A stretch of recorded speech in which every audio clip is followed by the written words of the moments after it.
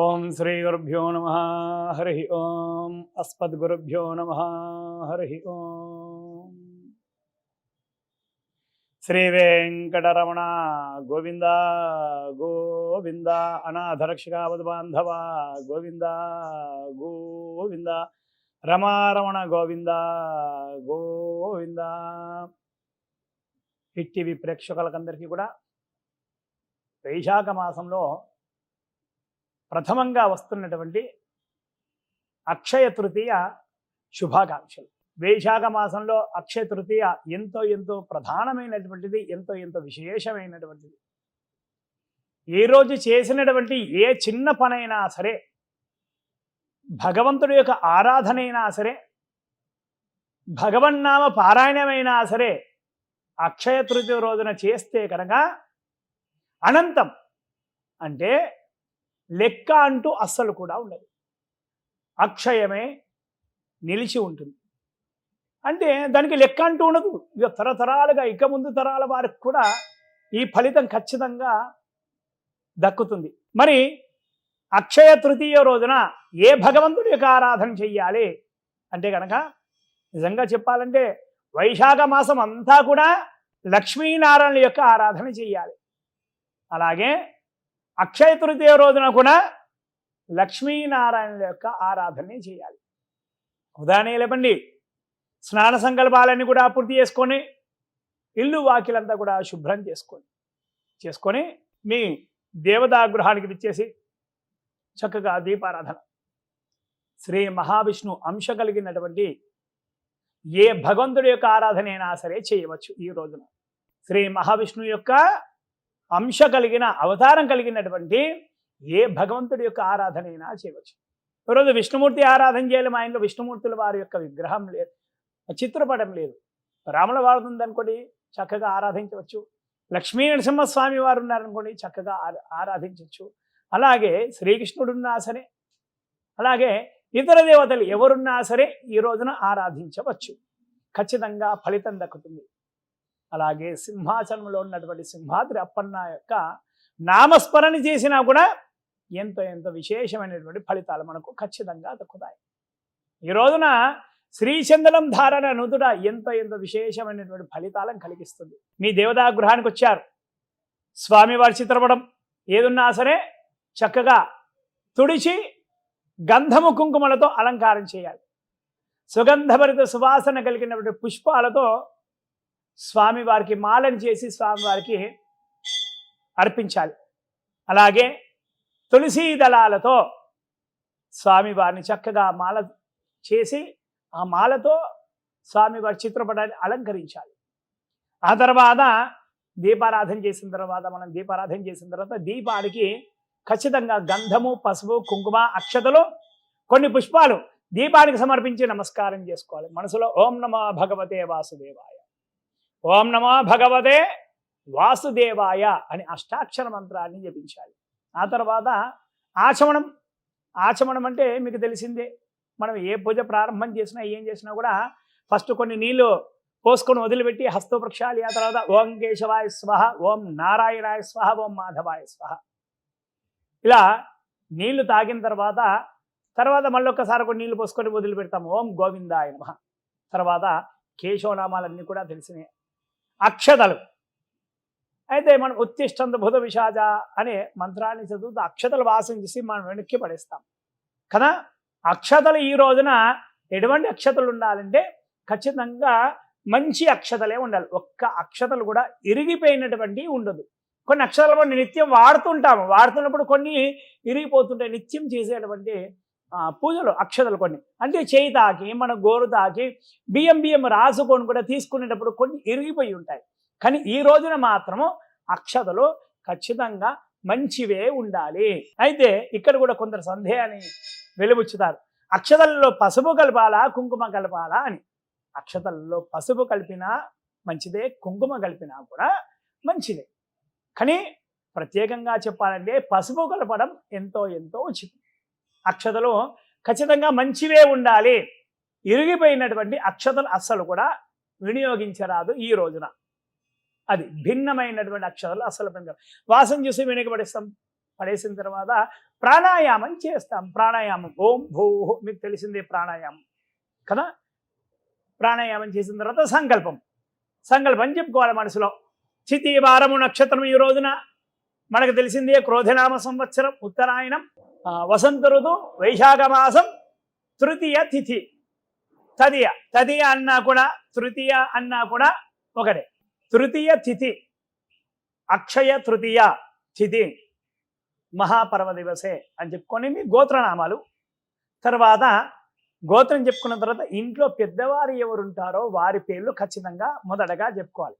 తర్వాత మీ పేర్లు, మీ కుటుంబ సభ్యులందరి పిల్లల పేర్లతో సహా అన్ని కూడా చెప్పుకొని మమ అస్మాకం సహ కుటుంబానాం క్షేమ స్థైర్య ధైర్య విజయ అభయ ఆయు ఆరోగ్య ఐశ్వర్య అభివృద్ధ్యర్థం ధర్మార్థకామ్య మోక్ష చతుర్విధ ఫలపురుషార్థ సిద్ధ్యర్థం అక్షయ తృతీయ మహాపర్వ దివసే శ్రీ మహావిష్ణు లక్ష్మీనారాయణ ప్రీతయే యథాశక్తి పూజాంకరిష్ అని చెప్పి అక్షతలు నీళ్లు పల్లెంలో వదిలిపెట్టాలి. వదిలిపెట్టిన తర్వాత సర్వ విఘ్నాలకు అధిపతి అయినటువంటి శ్రీ మహాగణాధిపతి స్మరణ. ఓం వక్రతుండ మహాకాయ సూర్యకోటి సమప్రభ నిర్విఘ్నం కురుమే దేవ సర్వకార్యేషు సర్వదాని. ఒక్కసారి గణపతిని మనసులో ప్రార్థన చేయాలి. ఆ తర్వాత గణపతి చిత్రపటం ఉంటే కనుక గణపతి చిత్రపటం, లేదా కొందరు ఇళ్లలో విగ్రహం కూడా ఉంటుంది గణపతి విగ్రహం కదా.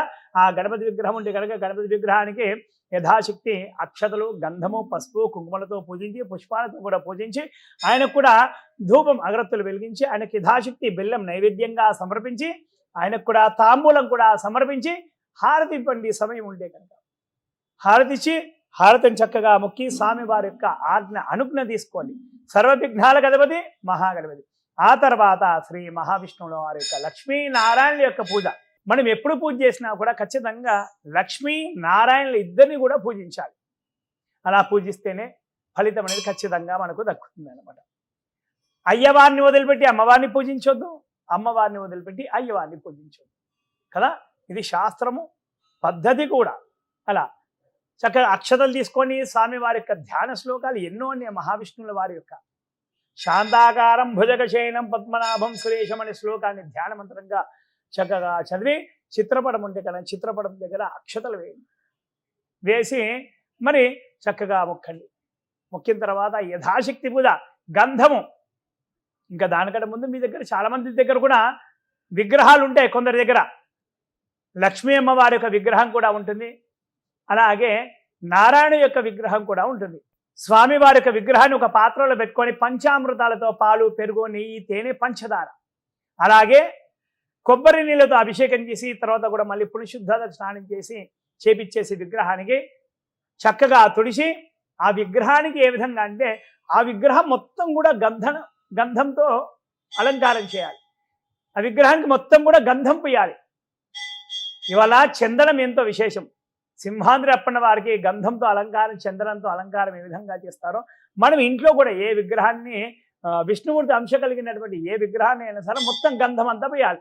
మిగతా సమయాలలో మనం ఏం చేస్తాము, ఒక నుదుట, అలాగే చేతులకు, కాళ్ళకు ఇలా మనము గంధంతో చక్కగా గంధం పెట్టేసి కుంకుమొట్లు పెడతాం అలంకారపరంగా. కానీ ఈరోజు మాత్రము ఖచ్చితంగా విగ్రహానికి మొత్తం కూడా గంధం పూయాల్సిందే. పూసిన తర్వాత మన నుదుట, చేతులకు, కాళ్ళకు కుంకుమ పెట్టాలి.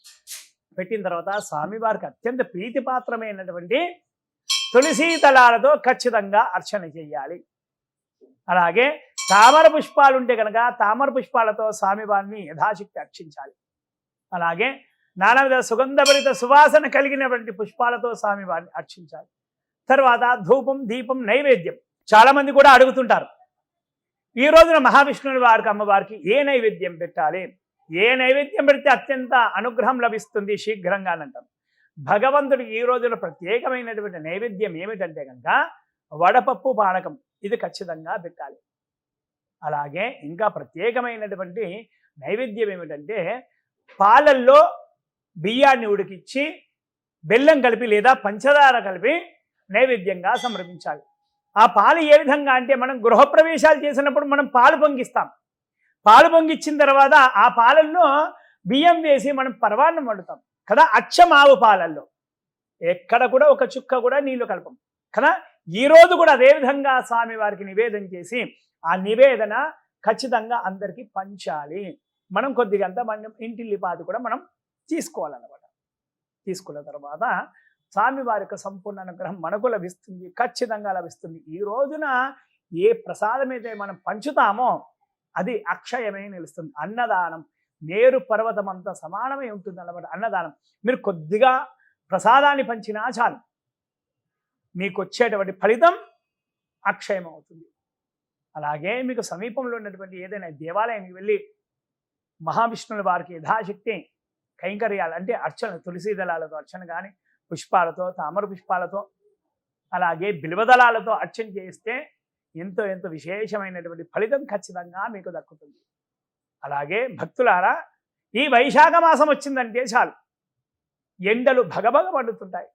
భానుడు అత్యంత ప్రకాశవంతుడై మనకు కనిపిస్తుంటాడు. భూమికి కూడా అతి దగ్గరగా వస్తాడు కదా. భూమికి ఎంత దగ్గరకు వస్తుంటే అంత వేడి మనకు పెరుగుతుంది కదా.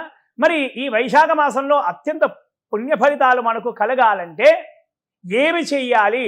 ప్రధానమైనటువంటిది ఏంటంటే చలివేంద్రాలు ఏర్పాటు చేయాలి. చలివేంద్రాలంటే బాటసారులు చాలా మంది పోతుంటారు. ప్రాచీన కాలం అంటే ఒక ఊరు నుంచి ఒక ఊరికి వెళ్తుంటారు కదా. మార్గ మధ్యంలో చాలా మంది కూడా చలివేంద్రాలు ఏర్పాటు చేసేవారు. అంటే పెద్ద పెద్ద కుండల్లో నీళ్లు పోసి ఉంచి చక్కగా వచ్చేవారికి అందరు కూడా నీళ్లు పోసేవారు. వాళ్ళందరూ కూడా నీళ్లు తాగి సేద తీర్చుకొని వెళ్ళేవారు కదా. ఇప్పుడు కూడా మనం కూడా అలాగే ఒక టెంటు లాంటిది ఏదైనా వేసి, బాటసారులు చాలా మంది కూడా పనుల్లో వెళ్తుంటారు, ఎండలో తిరుగుతుంటారు. పాపం వాళ్ళకి చాలా చాలా దాహం కూడా వేస్తుంది కదా. అలాంటి వారి కోసం మనము నీళ్ళని మనము వారికి ఇస్తే కనుక వారు చాలా చాలా సంతోషపడతారు. వారు ఎన్ని చుక్కలైతే నీళ్లు తాగి ఉన్నారో మన దగ్గర నుంచి అన్ని సంవత్సరాలు మనము భగవంతుడి యొక్క అనుగ్రహం పొందుతాం. అన్ని సంవత్సరాలు మనము సర్వదేవతల యొక్క సంపూర్ణ అనుగ్రహాన్ని పొందుతాం. అంటే ఆ ఎన్ని చుక్కలు మనం లెక్క పెట్టామా? లెక్క పెట్టలేదు కదా. అనంతమైనటువంటిది ఈ అక్షయ అనే అంత. ఈ రోజు నుంచి ఇంకా గోవులు, ఆవులు కూడా ఉన్నాయి. వాటికి నీటి తొట్టిలు కట్టించండి ఎవరైనా కట్టియాలంటే. అంటే గోశాలలు కూడా ఉంటాయి చాలా కదా. గోశాలల్లో నీటి వసతులు లేక చాలా గోశాలలు కూడా ఉన్నాయి. అలాంటి గోశాలలోకి వెళ్ళి నీటి తొట్టెలు కట్టించండి. ఆవులు చక్కగా నీళ్లు తాగుతాయి. నీళ్లు తాగితే కనుక ఆవులకు ఈ రోజున మనం నీటి తొట్టెలు కట్టిస్తే ఆవులు నీళ్లు తాగితే ఆవు ఒంటిపైన ఎన్ని రోమాలైతే ఉన్నాయో అన్ని రోమాల పర్యంతం భగవంతుడి యొక్క సంపూర్ణ అనుగ్రహం మనకు లభిస్తుంది. అలాగే మన పితృదేవతలు కూడా తరిస్తారనమాట. అలాగే మన ఇంటి చుట్టూ కూడా ఎన్నో ఎన్నో జంతువులు తిరుగుతుంటాయి, పక్షులు కూడా తిరుగుతుంటాయి కదా. వాటికి కూడా నీటి తొట్టెలు ఏర్పాటు చేయండి. అవి కూడా ఆ నీళ్ళని స్వీకరిస్తే కనుక ఖచ్చితంగా మనకు పుణ్య ఫలితం అనేది ఖచ్చితంగా దక్కుతుంది. అలాగే దానాల విషయానికి వస్తే కనుక ఈ రోజున మజ్జిగ దానం చేస్తే కనుక ఎంతో ఎంతో విశేషమైనటువంటి ఫలితం ఖచ్చితంగా దక్కుతుంది. అలాగే పుస్తక దానం చేసినా కూడా, లేదా వస్త్రదానం చేసినా కూడా, ధనధాన్యాలు ఏవైనా సరే దానం చేస్తే కనుక ఈరోజు మట్టి కుండ పాత్రలు అంటే నీళ్లు తాగడానికి కుండలు ఉంటాయి కదా, అలాంటి దానం చేసినా కూడా, ఫలదానం ఫలాలలో రాజఫలం మామిడి పండు దానం చేసినా కూడా విశేషమైన ఫలితాన్ని మనం పొందగలుగుతాం. అలాగే ఛత్రం అంటే ఛత్రి అంటే అంబ్రెల్లా గొడుగు అది దానం చేసినా కూడా ఆ నీడ ఎన్ని రేణువులతో నిండి ఉందో అన్ని కల్పాంతాలు అన్ని యుగాల దాకా మనము మన ముందు తరాల వారు అలాగే మన పితృదేవతల యొక్క సంపూర్ణ అనుగ్రహాన్ని పొందగలుగుతాం. అలాగే పాదుకా దానం చెప్పులు దానం చేస్తే కనుక అనంతమైనటువంటి పుణ్య ఫలితం వస్తుంది. ఎవరికైతే మనం చెప్పులు దానం చేశామో వారు ఎంత నడుస్తుంటారో, ఎన్ని రోజుల దాకా వారి పాదుకలకు ఆ చెప్పులు ఉంటాయో అన్ని రోజులు ఖచ్చితంగా మనకు ఖచ్చితమైనటువంటి ఫలితం వస్తుంది. ఈరోజు ఫలితం అనేది అక్షయం, అనంతం. ఈరోజు అక్షయ తృతీయ రోజున చేసినటువంటి పుణ్య ఫలితం ఎప్పటికీ కూడా తరగనిది. అలాగే చాలా మందిని కూడా మన చుట్టుపక్కల చాలా మందిని కూడా మనం చూస్తుంటాం. ఎంతో మంది అనాథలు, అభాగ్యులు, చాలా మంది కూడా పేదవారు కూడా ఉంటారు. అలాగే చదువుకున్నటువంటి విద్యార్థులు కూడా ఉంటారు. చదువుకునేటువంటి విద్యార్థులు వాళ్ళకు విద్యకు సంబంధించినటువంటి పుస్తకాలు, అలాగే మన చుట్టుపక్కల ఎంతో మంది పేదవాళ్ళు కూడా ఉంటారు. చదువుకునేటువంటి పిల్లలు కూడా ఉంటారు. వారికి పుస్తక దానం పుస్తక దానం చేస్తే కనుక ఆ పుస్తకంలో ఎన్ని అక్షరాలు అయితే ఉన్నాయో అన్ని అక్షరాల సంవత్సరాల పాటు మనకు ఖచ్చితంగా ఫలితం దక్కుతుంది. అలాగే పెన్ను దానం చేసినా కూడా వారు ఎన్ని అక్షరాలైతే రాస్తారో ఆ పెన్నుతో అన్ని సంవత్సరాలు మనకు ఖచ్చితంగా పుణ్యం లభిస్తుంది. అలాగే వారికి ఇంకా బ్యాగులే కానీ ఇంకా ఎటువంటి విద్యకు సంబంధించినటువంటి ఇంకెటువంటి సహాయం చేసినా వారికి యొక్క స్కూల్ ఫీజులే కానీ కాలేజ్ ఫీజులే కానీ ఏ ఫీజులు కట్టినా కూడా ఖచ్చితంగా మనకు పుణ్య ఫలితం లభిస్తుంది. అలాగే ఎన్నో ఎన్నో అనాథ శరణాలు కూడా ఉన్నాయి కదా, వృద్ధాశ్రమాలు కూడా ఉన్నాయి. అటువంటి ఆశ్రమాలకు వెళ్ళి అన్నదానం చేస్తే కనుక లేదా వారికి వస్త్రదానం చేసినా కూడా ఇంకెటువంటి చామరం విసనకర్రలు ఇలాంటి దానాలు చేసినా కూడా ఫలదానం చేసినా కూడా అనంత కోటి పుణ్య ఫలితాలు ఖచ్చితంగా లభిస్తాయి. ఈ అక్షయ తృతీయ అనంత కోటి పుణ్య ఫలితాలు ప్రసాదించేటువంటి మహా పర్వదినం. భక్తులారా, ఈ రోజున ఉపవాసం ఉండేవారు ఖచ్చితంగా ఉపవాసం తమ శక్తిని బట్టి ఖచ్చితంగా ఉండాలి. ఉపవాసం ఉండేవారు ఈరోజు అన్నముకు సంబంధించిన పదార్థాన్ని అస్సలు కూడా తినవద్దు. బియ్యం, దోశల్లో బియ్యం కలుస్తుంది, ఇడ్లీలో బియ్యం కలుస్తుంది, ఉప్మాలో కూడా బియ్యం కలుస్తుంది. బియ్యంకు సంబంధించినటువంటి పదార్థం ఏది కూడా అస్సలు కూడా ఈరోజు తినవద్దు. గోధుమ రవ్వ ఉప్మా కానీ, గోధుమ రవ్వ చపాతి కానీ, లేదా ఇంకా ఇతర పదార్థాలు సగ్గు బియ్యం కానీ ఇంకేదైనా పదార్థాలు రైస్ రిలేటెడ్ కాకుండా ఏ పదార్థానైనా సరే స్వీకరించి సాయంత్రం దాకా రాత్రి దాకా కూడా ఉపవాసం ఉంటే చాలా చాలా మంచిది. మళ్ళీ ప్రదోషకాల సమయంలో కూడా స్వామివారిని ఆరాధించవచ్చా అంటే కానీ ప్రదోషకాల సమయంలో సాయంకాలం సూర్యాస్తమయ సమయంలో కూడా లక్ష్మీనారాయణని కూడా చక్కగా ఆరాధించవచ్చు.